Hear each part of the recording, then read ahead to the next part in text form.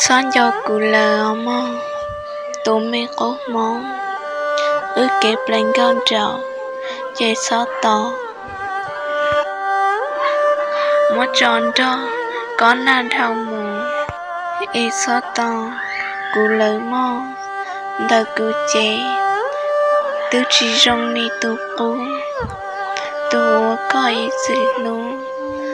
tứ mù chia luôn năng mù chia luôn bỏ lắng我想蒙巴高路能，có sự tế sự chờ ở mô, chia cũng mà một tuôn chạy đâu có tú, ý có một tú có tú đâu cũng chạy, chia ủa, bỏ chua như chua xứ, dùi rung đùa ở mến thương mô, chỉ cho tôi xía mô, chỉ những nhớ cho mô, nhưng lời rung đi nô. Giờ sĩ tàu lòng cho ước bộ cho sĩ dùng ít giá cho sĩ tàu ít thiên lý sĩ chùa xin chỉ là kể dàn dùa mà trong một xin chia sứ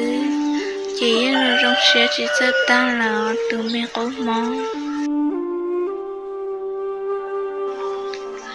mà mỗi sau ra đã năng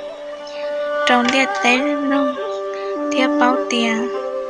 có do tụ cũng luôn chỉ tàu nhúa em mới sau xa xí hùa việc khen địa tế vì chỉ sẽ thâu mới sau đời kể chỉ